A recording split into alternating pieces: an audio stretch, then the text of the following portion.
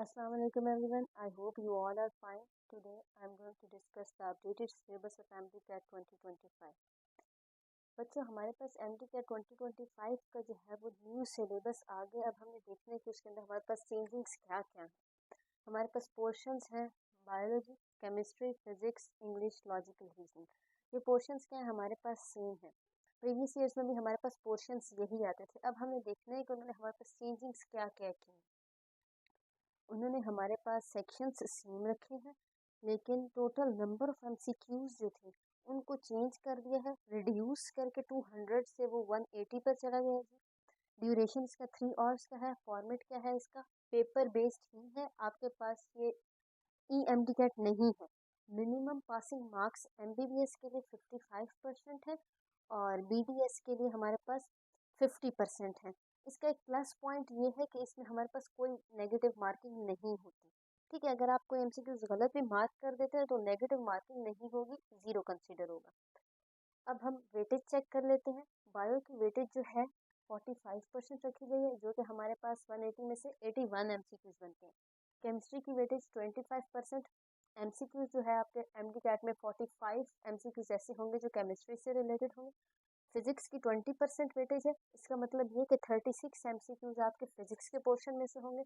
English का आपका 5% weightage है, 9 MCQs इसमें से होंगे। लॉजिकल रीजनिंग 5% है, MCQs इसके 9 होंगे। इन सब MCQs को प्लस कर लें तो हमारे पास कितने बन जाते हैं, 180 MCQs। अब हमारे पास डिफ़िकल्टी लेवल भी उन्होंने बता दिया कि डिफ़िकल्टी लेवल हमारे पास क्या है।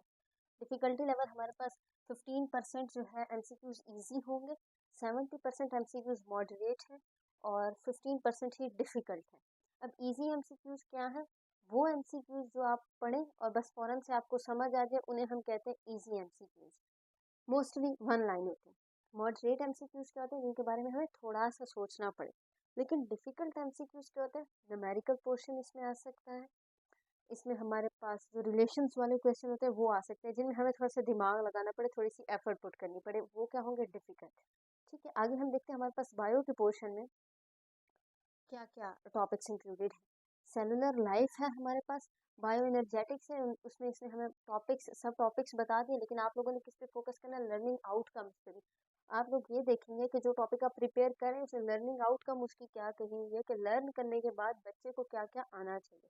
जैसे हम फर्स्ट यूनिट का देख लेते हैं, ए सेलुलर लाइफ जब आप पढ़ें उसका टॉपिक उसने वायरस दिया, एड्स एंड HIV इन्फेक्शन दिया।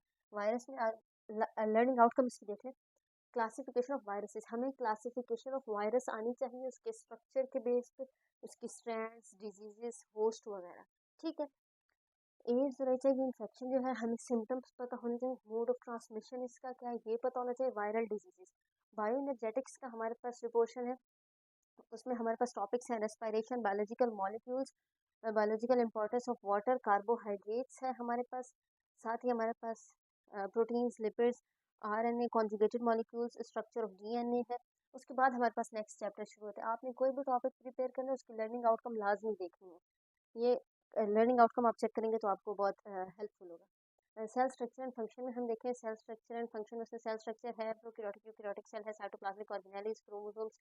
इसी तरह आप देखेंगे तो आपके पास कोऑर्डिनेशन एंड कंट्रोल का जो हमारे पास चैप्टर है उसमें से रिसेप्टर्स, न्यूरॉन्स, ब्रेन, फिर एंजाइम्स का चैप्टर आ गया, enzymes, mode of action of enzymes, factors, inhibitor, फिर एवोल्यूशन है उसका कॉन्सेप्ट, लेमार्किज्म, डार्विनिज्म, ये थ्योरीज।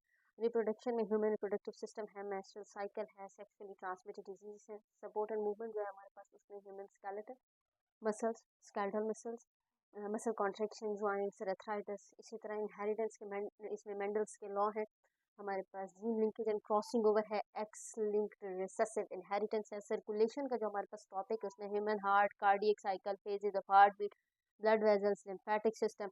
इम्यूनिटी भी देख लें, स्पेसिफिक डिफेंस मैकेनिज्म है। रेस्पिरेशन देखिए, ह्यूमन रेस्पिरेटरी सिस्टम है। डाइजेशन में ह्यूमन डाइजेस्टिव सिस्टम है। होम्योस्टेसिस को इंक्लूड किया इसमें स्पेसिफिकली। हमारे पास इसने किडनी को वो किया, तो आपने इस वर्ड पे बहुत गौर करना है, उसकी आउटकम्स देख लें, उसने क्या क्या पूछा हुआ है। देखिए, कॉजेज ऑफ किडनी फेलियर उसने इसमें डिमांड कर लिया है हमारे पास। ट्रीटमेंट ऑफ किडनी स्टोन्स, ये सब आपने पढ़ना है। थर्मोरेगुलेशन है, एक्सक्रीशन। बायोटेक्नोलॉजी को इस बारे में लोगों ने इंक्लूड किया, उसमें बायोटेक्नोलॉजी एंड हेल्थ केयर है हमारे पास।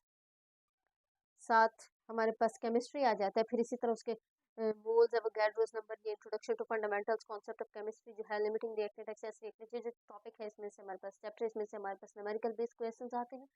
एटॉमिक स्ट्रक्चर में उसने डिस्कवरीज डाल दी हैं, हमारे पास ऑर्बिटल्स डाल दिए हैं, क्वांटम नंबर्स डाल दिए, इलेक्ट्रॉनिक कॉन्फ़िगरेशन।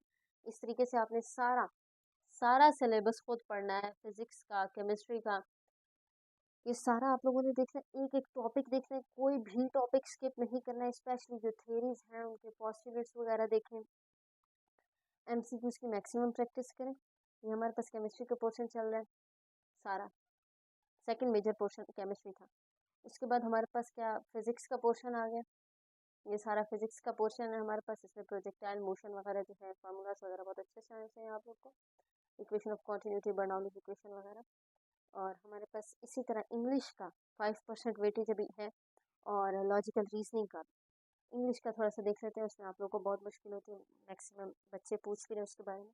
देखिए सबसे पहले क्या है, रीडिंग एंड थिंकिंग स्किल्स। इसमें क्या है, scan to answer short question, कोई पैराग्राफ दे दे उसमें से कोई क्वेश्चन पूछे तो वो आपको आना चाहिए। आगे वोकैब का पोर्शन है, कोई भी कॉन्टेक्स्ट दे दे उसमें से उसने कोई जो है हमारे पास डिफिकल्ट वर्ड को अंडरलाइन किया हो और उसका मीनिंग वो लोग पूछ सकते हैं, नीचे ऑप्शंस दे। फिर हमारे पास फिगरेटिव लैंग्वेज से रिलेटेड क्वेश्चंस आ सकते हैं, डिफ़िकल्ट वर्ड्स जो है उनको यूज़ किया होगा तो वो क्लूज मांग सकता है। फिर हमें सिनोनिम्स का पता होना चाहिए, एंटोनिम्स का पता होना चाहिए, प्रोनाउन वगैरह का पता होना चाहिए, टेंसेस, जेरेंड, इन्फिनिटिव, पार्टिसिपल, ये सब चीज़ें। इलस्ट्रेट प्रीपोजिशन हमारे पास कौन सा है, पोजीशन का, टाइम का, मूवमेंट का, सब्जेक्ट वर्ब एग्रीमेंट है हमारे पास, उसका पता होना चाहिए, एडवर्ब्स का पता होना चाहिए। ये आपकी बेसिक एचएसएससी की ग्रामर और कुछ एडिशनल चीज़ें जो है वो इंग्लिश में, एक्टिव पैसिव वॉइसेस। फिर हमारे पास लॉजिकल रीजनिंग जो है उसका भी इसी तरह वेटेज है, क्रिटिकल थिंकिंग। अब इसमें देखें उसने हमें कोई स्टेटमेंट दी होगी, वो पूछ सकते हैं कि इसमें से ठीक रीजन कौन सा है, गलत रीजन कौन सा है। आपने अच्छे से पढ़ना तब पता लगेगा। लेटर्स एंड सिंबल सीरीज ये हमारे पास है, जिसमें थोड़ा सा हमें टाइम लगाना पड़ता है।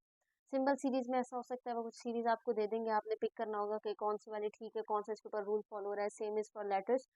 लॉजिकल डिडक्शंस कोई भी पैराग्राफ देंगे उसमें से आपसे पूछ सकते हैं। लॉजिकल प्रॉब्लम्स भी इसी तरह पजल टाइप क्वेश्चंस होते हैं। कोर्स ऑफ एक्शन हमारे पास अफेक्ट कॉज वगैरह का भी एक पोर्शन है, इसमें हमारे पास अफेक्ट एंड कॉज जो है, कभी अफेक्ट दे देगा तो कॉज पूछ लेगा, ऐसा कुछ देगा पूछेगा इसमें से अफेक्ट कौन सा और कॉज कौन सा है। ठीक है, इस तरीके से आप लोगों ने क्या करना है, सिलेबस का प्रिंट ले लेना है अपने पास और प्रिपरेशन करते हुए ये सारा आपके पास मौजूद होना चाहिए। जैसे ही आप प्रिपेयर करें उस टॉपिक को, आप उसके जो है एमसीक्यूज को टिक करते चले जाएं और साथ साथ प्रैक्टिस करें। ये एमडीकेट का जो सिलेबस है ये फ्रेशर्स के लिए भी है और इम्प्रूवर्स के लिए भी। चाहे आप फ्रेशर हैं, चाहे आप इम्प्रूवर हैं, आप इसी को फॉलो करें।